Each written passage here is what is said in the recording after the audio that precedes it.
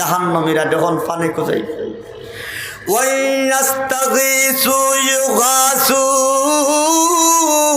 বিমাইন কালমুল ইয়াশবিল বুজুহ। আল্লাহ রাব্বুল আলামিন বলেন জাহান্নামীরা পানি পানি বলিয়া ডাকতে থাকবে। এমন এক প্রকারের পানি, গন্ধকের মতো পানি দেওয়া হবে। ওই পানি মুখের কাছে আসতে দেরি হবে রে, শরীরের ওই মুখে থেকে তার চামড়া খসে খসে পড়তে দেরি হবে না। মুখে কোনো দিছে না, শুধুমাত্র একবারে ফুটন্ত পানি। এই ঠান্ডার সময় অভিজ্ঞতা থাকতে পারে, কোনোদিন বালতির কেউ ডালছি না নেই, হান্ডির থাকে ডাললে বুঝুন যেন হাত আর চেহারায় পানির তাপ কেমন লাগে। এটা তো দুনিয়ার পানি, এরপরে কিছু ঠান্ডা পানি। মেড়া পিঠা এটা পানির হাফে হয়, এটা আগুনের হাফে হয় না, ঠিক নেই? এটা এতে খানা খানা একটা দিয়া তো বানায়, এটা পানির হাফে হয়। জাহান্নামীদের খাওয়ার যে পানি দেওয়া হবে, এই পানিটা এত উত্তপ্ত হবে, চেহারার সামনে আসতে চেহারার সামলা পড়ে পড়িয়া এটার মধ্যে পড়বে। এরপরেও বান্দা বিপদগ্রস্ত হওয়ার কারণে সাইব ফান করিলেই তো ফান করতে দেরি হবে। তার ভিতরের যত জোড়াগাড়া, যত আর্থিং এক রোগের আরেকটার সাথে জয়েন্ট আছিল, সব জয়েন্ট ছুটিয়া ফসারদা হইয়া আল্লাহ তাআলা বলেন হাত্তা তাখরুজা মিন দুবুরিহি, এই সবগুলো তার পিছনের রাস্তা দিয়া বের হয়ে যাবে। মধ্যেও যারা ইহুদি মার্কার নেচার, এরাও মালের পাগল হয়। আপনারা বুঝেন গোটা পৃথিবীকে অর্থনৈতিকভাবে ইহুদিরাও খাঁটি লড়ায়। আমি অনেক ওয়াজে বলি, আপনাদেরও বলি, কয়েক বছর আগের আদমশুমারি মতে তামাম পৃথিবীতে মিলিয়ে আছে মাত্র 1,35,00,000 ইহুদি। তার উল্টা সাইডে মুসলমান আছে 150 কোটির চাইতে বেশি। মুসলমান বেশ না কম? কিন্তু এই বেশি এরা মারে না মার খায়? এই 1,35,00,000 সাথে পারে না কেন? মুসলমানের রাষ্ট্র আছে 55 থেকে 65টা মুসলমান রাষ্ট্র। এই রাষ্ট্র তো 55 থেকে 65 জন আমাদের ইসলামিক মুসলমান নেতা আছে। এত নেতা, এত মুসলমান তাহার পরেও আজকে মুসলমান নির্যাতিত, মুসলমানের উপরে আঘাত করা হয়। তার কারণ হলো মুসলমানদের অধিকাংশ আজকে মুনাফিকে রূপান্তরিত হয়ে গেছে। এমনি দূর তাকে হুক্কা করলি পারে। ফিলিস্তিনের উপরে তামাম পৃথিবীর বেঈমানেরা বিভিন্ন পর্যায়ে যখন সহযোগিতা করছে, আমরার মুসলমান নেতারা দূর থেকে হুক্কা গুল্লি মারে। বাস্তবে যদি সহযোগিতা করত, এই 150 কোটি মুসলমান যদি তুক নিক্ষেপ করত, আমার তো মনে হয় তুকের সাথে এই 1.5 কোটির বাসাইয়া দিত। কিন্তু বলে যেমন করে না। ইহুদি নামক বেঈমানদের ঠিকানা হবে হুতামা নামক জাহান্নামে। আল্লাহ বলেন কাল্লা লা ইউমবাদান্না ফিল হুতামা। আগের আয়াতে আল্লাহ বলেন ইয়াহসাবু আন্না মালাহু আখলাদা, সে ধারণা করে আমার মাল জীবনে শেষ হবে না। আপনারা কি বলেন, মাল জীবনে শেষ হইতো না? হ্যাঁ, শেষ হয়ে যাবে। আল্লাহ তাআলা বলেন যেমন ধারণা করছো মাল জীবনে শেষ হবে না, সাবধান, এমন না, শেষ হয়ে যাবে। এমনকি যারা মালের হক আদায় করে না, আল্লাহ বলেন তাদেরকে হুতামা নামক জাহান্নামে নিক্ষিপ্ত করা হবে। আল্লাহ আবার বলেন ওয়ামা আদরাকা মাল হুতামা, ও বিশ্বনবী, হুতামা কোন জাহান্নামের নাম, জাহান্নামের অবস্থা ভয়ঙ্করতা সম্পর্কে তুমি কি জানো? আল্লাহ নিতে বলে আবার উত্তর দেওয়া শুরু করে দিয়েছে। নারুল্লাহিল মুকাদা, আল্লাহ বলেন নবী গো, হুতামা ওই আগুন, যেই আগুন স্বয়ং আল্লাহ নিজে প্রজ্বলিত করছেন। হুতামার যে আগুন জ্বালাইছে রে আল্লাহ। আল্লাহ তাআলা এরপরে বলেন আল্লাতী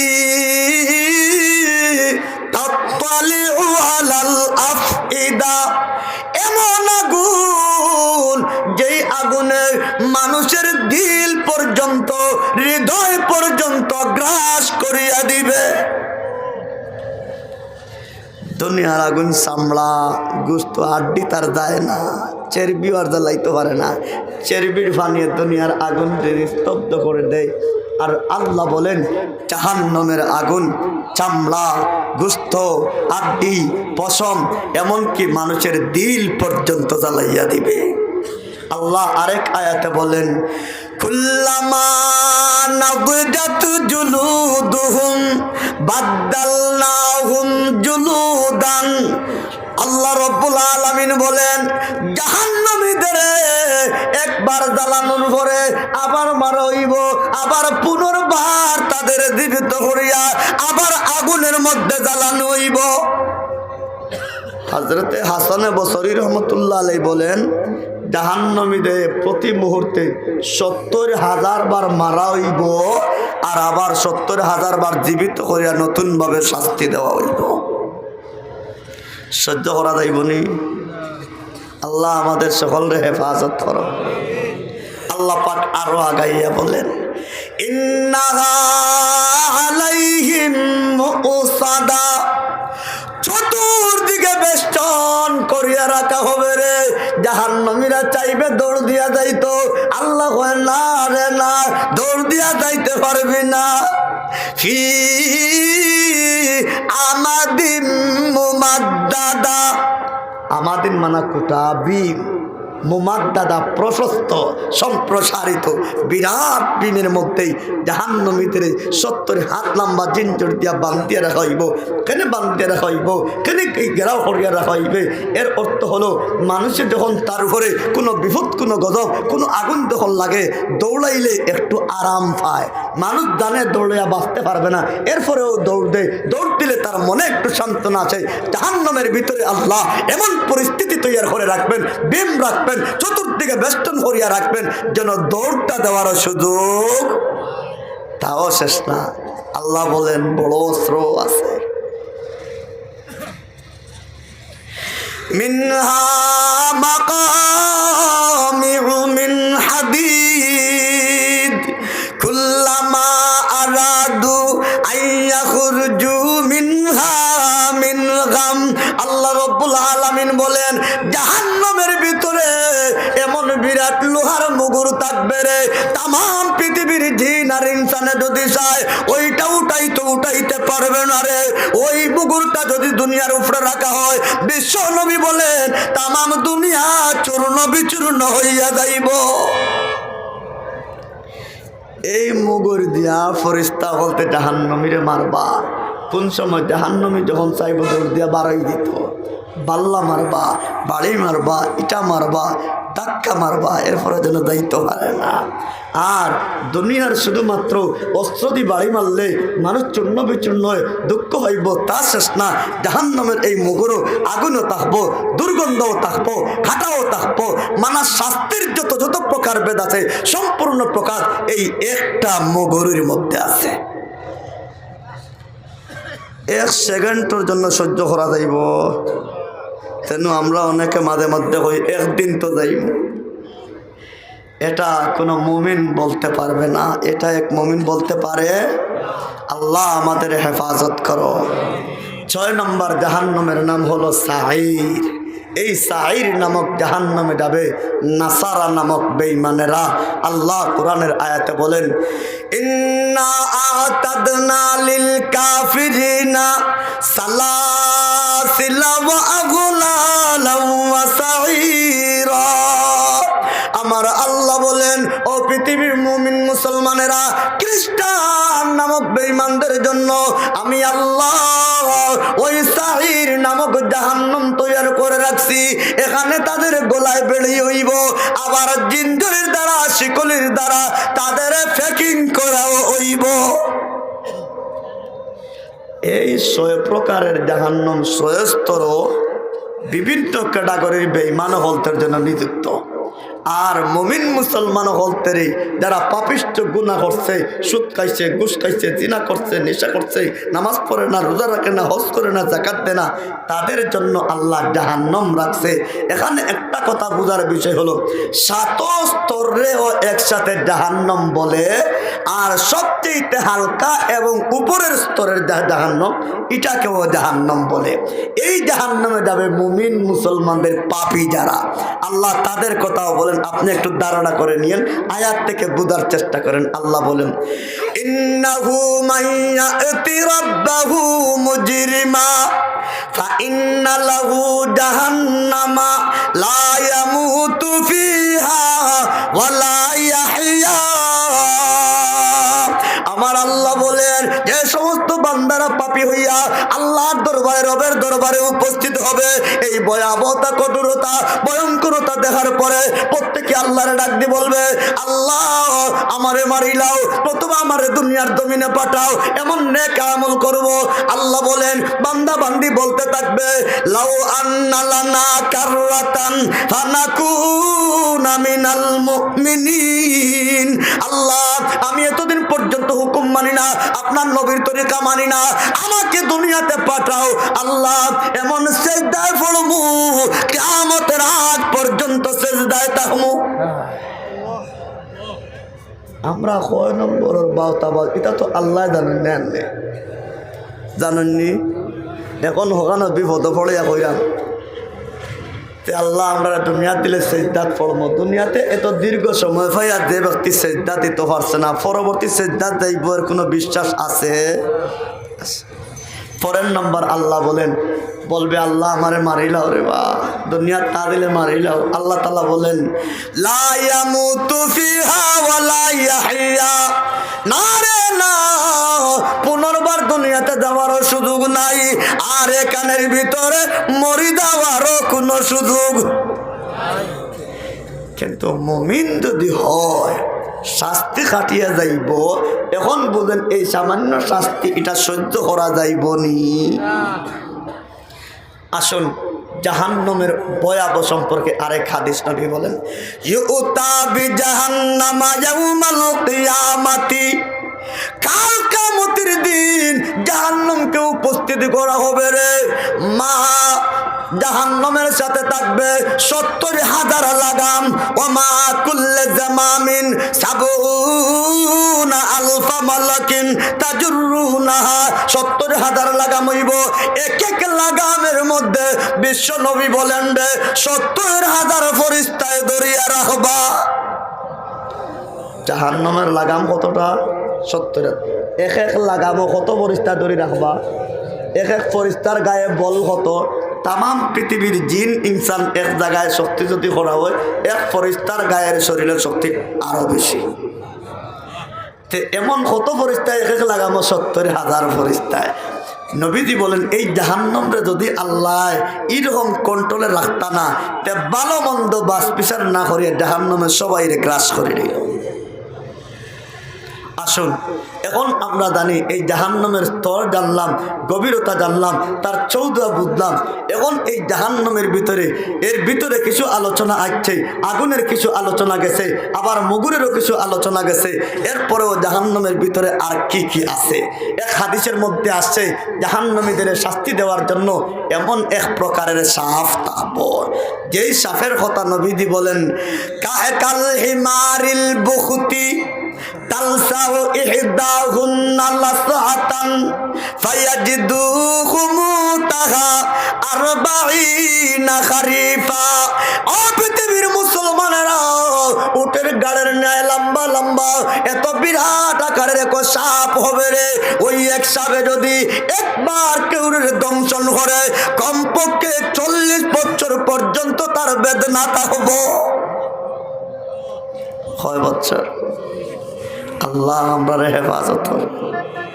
আজকে বাড়ির দুলা সাপ, আমরা তোর চিন্তাপুরি মানুষ বুধার তো কথা, দুলা সাপ গড় হামাইলে আমরা মহিলা বলতে শিখুক দিন না, আল্লাহ খুব শান্তি থাকুন না দেয়। হ্যাঁ, এক দুলা সাপের ডাক শুনলে বা দেখলে হুশ জায়গার থাকে না, আর এত বিশাল সাপ একবার একটা সুবল মারলে 40 বছর পর্যন্ত বেদনায় থাকবো, এটা কেমনে সহ্য করবা? নবীজি আরেক হাদিসের বলেন নইকাইয়াদু আসান্নু আমা, এটা কালো কানা থাকবে, এটা অন্ধ থাকবে। কানার অন্ধ হবে কেন? যেন তার দেখলে দয়া আসে না, যেন শুনলে তার দয়া আসে না, এটা শুধু সুবলও মারতে থাকবো। আল্লাহ আমাদের হেফাজত করে। এরপরের নম্বর, এই জাহান্নামের ভিতরে থাকবেন 19 জন ফেরেশতা।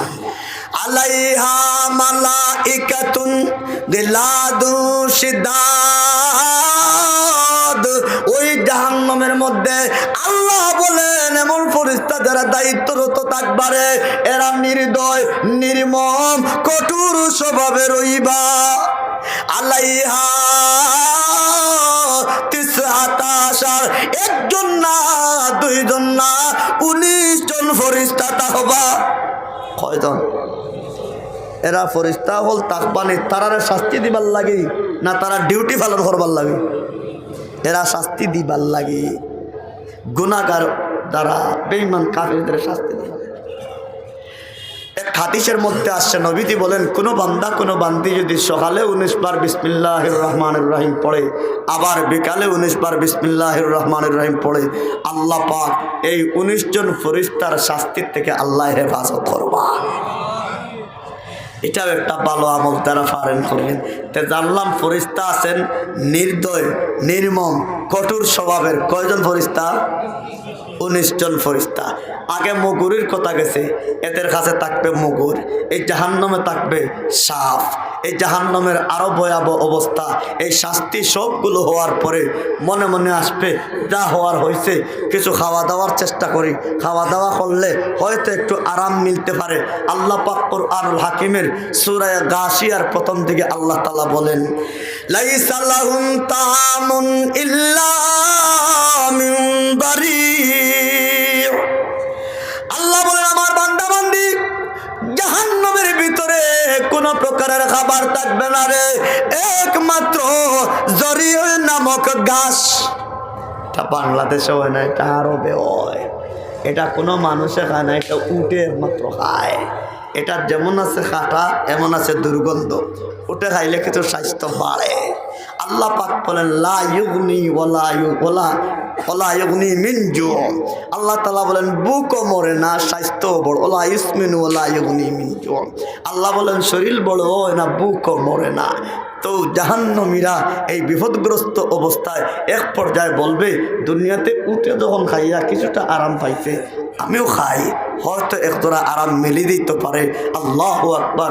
যেমনি খামড় দিবে, দেওয়ার পরে এগুলো মুখে আটকে দিবে। দ্বিতীয় নাম্বার, ইন্না শাজারাতাজ যাকুমি তাআমুল আসিম। দ্বিতীয় নম্বর খাবার, এটার নাম হলো যাকুম ফল। এটার মধ্যেও কাঁটা আছে, এটার মধ্যেও দুর্গন্ধ আছে। এটা আটকিবে মুখে, এটা যাইয়া আটকে দিবে গলার উপরে। একটা করছে মুখ নষ্ট, এটা ধরিলে গলা নষ্ট। পরের নম্বর আরেকটার নাম হলো তাআম দা গুসা। ইন্না লাদাইনা আনকালাম ওয়া তাআমাও দা গুসা। আল্লাহ পাক বলেন তৃতীয় নম্বর আরেক প্রকারের খাবার, এটার মধ্যেও কাটা, একটাই মুখ নষ্ট করে, একটাই গলা নষ্ট করে, এটাই যাইয়া পেট নষ্ট করব। 4 নম্বর আরেক কানি, ওয়ালা তাআমুন ইল্লা মিন গিসলিন। গিসলিন হলো কোনো খাবার থাকবে না, একমাত্র গিসলিন।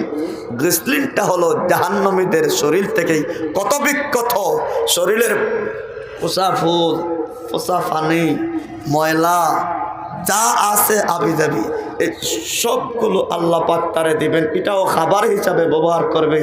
যেমনে মুখে দিবে, মুখে যে নষ্ট করছে, খাটায় খাটায়, খাটা গায়ে লবণ ছিটাইলে যেমন কষ্ট, মুখে যন্ত্রণা আরম্ভ, গলায় যাইয়া যন্ত্রণা আরম্ভ, পেটেও যন্ত্রণা আরম্ভ হয়ে যাবে।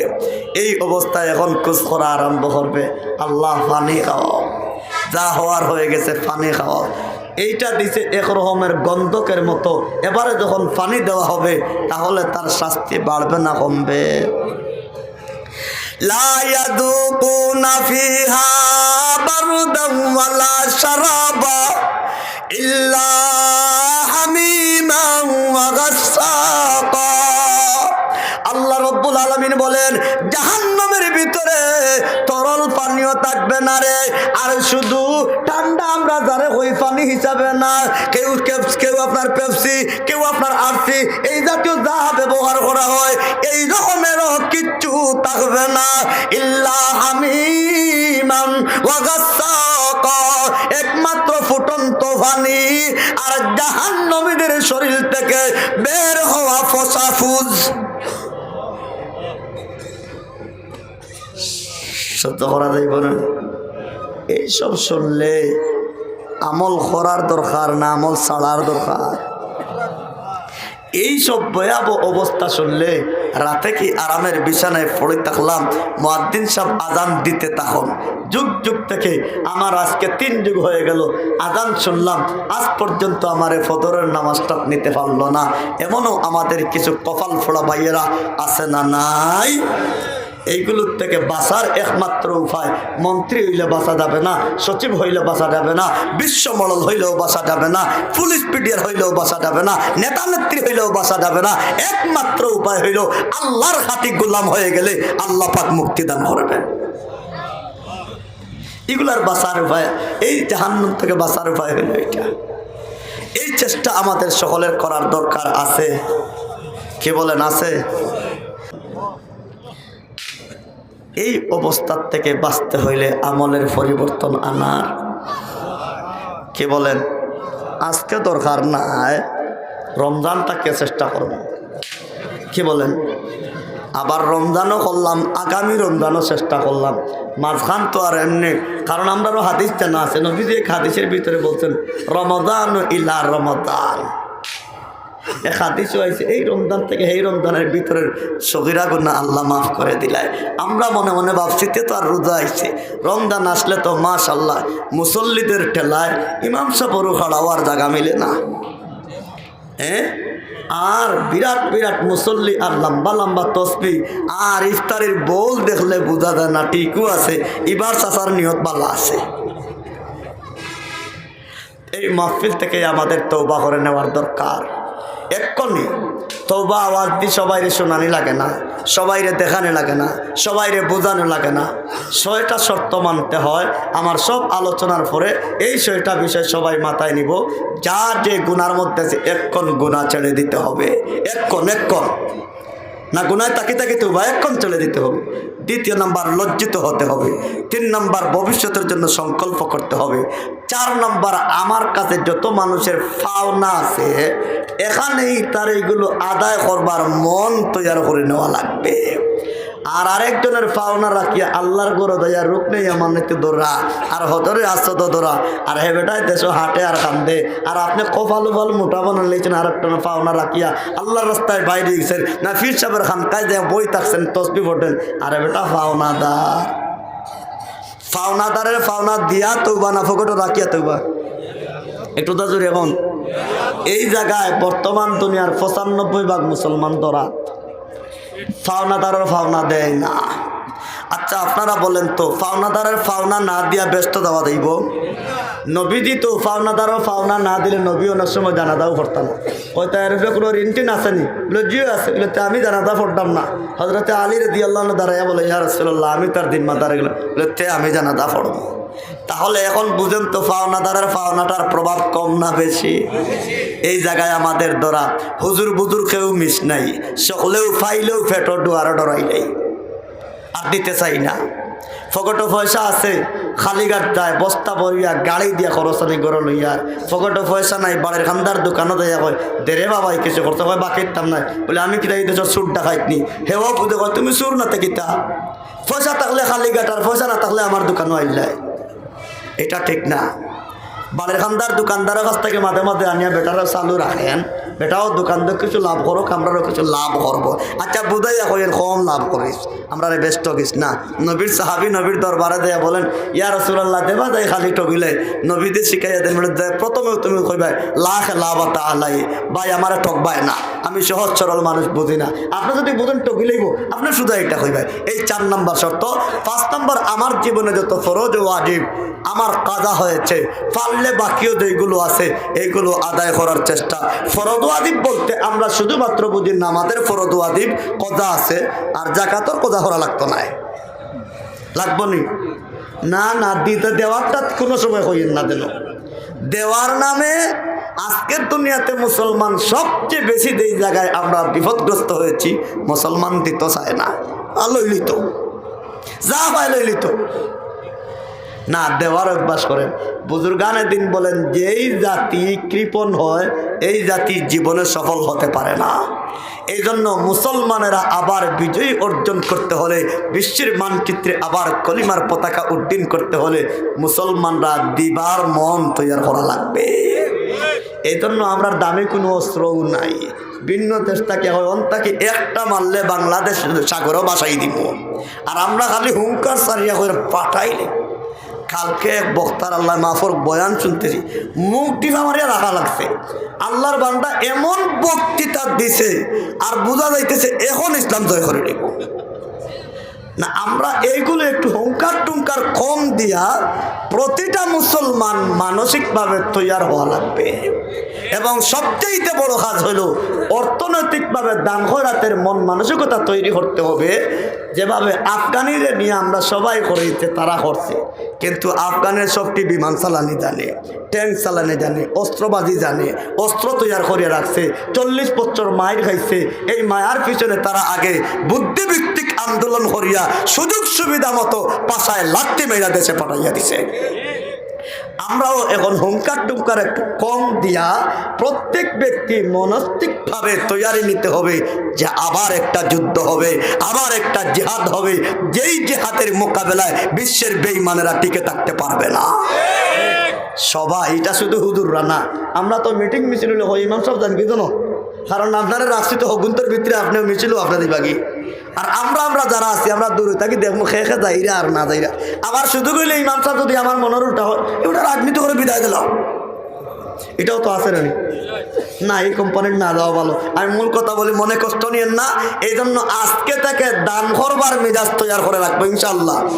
কিছু পেতে হলে দিতে হয়, কিছু আবার ভুল বুঝি না, ইনো সান্দাউন্দা নাই, ইনোসান, এটা তো তফসির মাহফিল, এটা বলতাম না যে অনেক দান খয়রাত করলে মিশন বিজয় হবে। এই জন্য দান খয়রাত করি, আল্লাহ আমাদের তৌফিক দান করুক। 6 নম্বর হলো, আমি হাতের দ্বারা কষ্ট দিয়ে দিছি, মুখের দ্বারা কষ্ট দিয়ে দিছি, ব্যবহারের দ্বারা কষ্ট দিয়ে দিছি, এরকম আমাদের কিছু আচরণ আছে না নাই? এইগুলোর জন্য আমি অত্যন্ত আফসোস দেই। একটা জায়গায় শবে কদরের রাত্রে ইমাম সাহেব বয়ান করতেছেন, যদি কেউর মনে কি না থাকে, তে নবীদের শবে বরাতর বিষয়ে সবচেয়ে সহি হাদিস হলো এটা যে আল্লাহ সব মাখলুকরে মাফ করে দিবেন, কিন্তু যার অন্তর কিনা আছে তারে মাফ করে দিতা না। সব বরাতর ব্যাপারে এই হাদিস হলো সবচেয়ে হাদিস আবু মুসা আশআরী রাদিয়াল্লাহু তাআলা বর্ণনা, যে যার মনে কিনা আছে মাফ করে দিবা না। কিন্তু শবে বরাতর রাত্রে বা শবে কদরের রাত্রে দেখা যায় এক ভাই আর ভাইয়ের লোকে মাতে না, চাচায় বাতিজার লোকে মাতে না, আবার রাত তাজুদ পর্যন্ত তাজুদ ভরে যায়, চাচা বাতি যায়, চাচা এখন বাতি যায়, কিন্তু এখন আরেকজন লোকে মাতে না। আপনারা বলেন তো তাদের মনের কিনা রয়েছে না গেছে কি? এদের জন্য তাহাজ্জুদ পড়বে ঠিক আছে, আগে বাতি যা চাচারে জ্বলাইয়া দেয়, বলে চাচা আমার মাফ করে দেবো। আমি অনেকদিন আপনার প্রতি বিদ্বেষ পোষণ করেছিলাম, বাতি যায় চাচারে জ্বলাইয়া ধরিয়া, মনের বিদ্বেষ যদি আমরা হরাই নিতে পারতাম।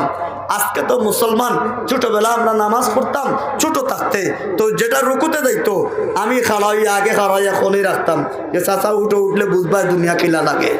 এবারটা আমি আল্লাহ হামিদা কইও আমার খনিত খাইছে, শর্ট খাইছে না।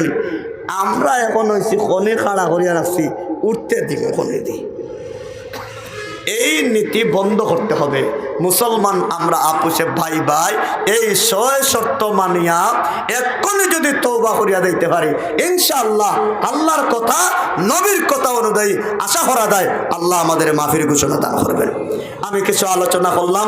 আল্লাহ রব্বুল আলামিন আমি এবং আপনাদের সবাইকে আল্লাহ তাআলা বুঝার এবং আমল করার তৌফিক দান করুক।